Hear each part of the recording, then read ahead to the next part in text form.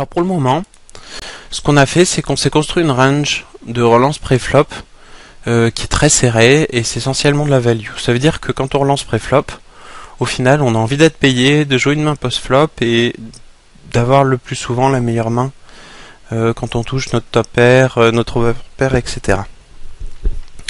Cette fois-ci, ce qui va se passer, c'est qu'on va relancer des mains beaucoup plus bancales avec comme objectif principal de prendre les blindes, de voler les blindes. Et pour montrer l'importance que ça peut avoir, j'ai simplement mis le win rate d'un bon joueur, c'est plutôt middle stake, quelqu'un qui a une 6 big blind par 100 mains. C'est pas mal du tout en fait, il se débrouille bien à sa limite.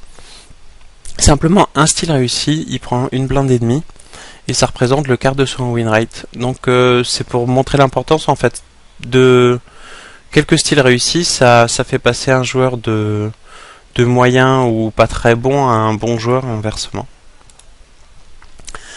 Alors pour style, ce qui va se passer en général, c'est qu'on est content d'être dans un pot non ouvert, qu'il y ait peu de personnes restantes, donc c'est les positions qui seront importantes, ce sera le cut-off, donc la place avant le bouton et le small blind, parce qu'au final il y aura encore deux personnes, enfin au cut-off il y a encore 3 personnes à parler, au bouton encore 2 personnes, le small blind plus qu'une personne, et quelque chose qui est fantastique, c'est si les joueurs qui sont dans les blindes sont serrés.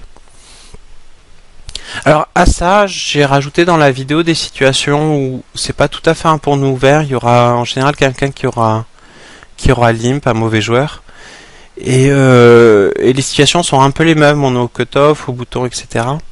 Et on a des joueurs qui sont pas trop désagréables dans les blindes pour pas qu'ils nous mettent trop la pression, on va être content d'ouvrir énormément notre jeu, et ça sera pas de la value cette fois, ça sera soit pour lui prendre les blindes et son limp, quelque chose qu'on peut voir, soit ensuite pour jouer des mains post-flop contre lui. Alors j'ai parlé des différentes positions. Alors le plus classique, disons, c'est le style au bouton. Ce qui est sympa quand on est au bouton, c'est qu'on a que 2 personnes qui vont jouer après nous, ça c'est déjà pas mal. Et l'autre chose, c'est qu'on va être en position sur eux, ça fait que même s'ils payent, en général on va pouvoir s'en sortir pas trop mal. Et si on est sur relancer par moment, c'est plus facile de prendre les bonnes décisions. Alors la question la plus importante, c'est de savoir qui sont les joueurs dans les blindes, et en particulier, est-ce qu'ils sont serrés ou est-ce qu'ils sont larges. S'ils sont larges, ils vont jouer beaucoup de mains, et on va pas vraiment style en fait, simplement on va être payé à chaque fois, donc on a envie de relancer que des mains que en value. Après on est au bouton, donc c'est une range qui peut être un petit peu élargie.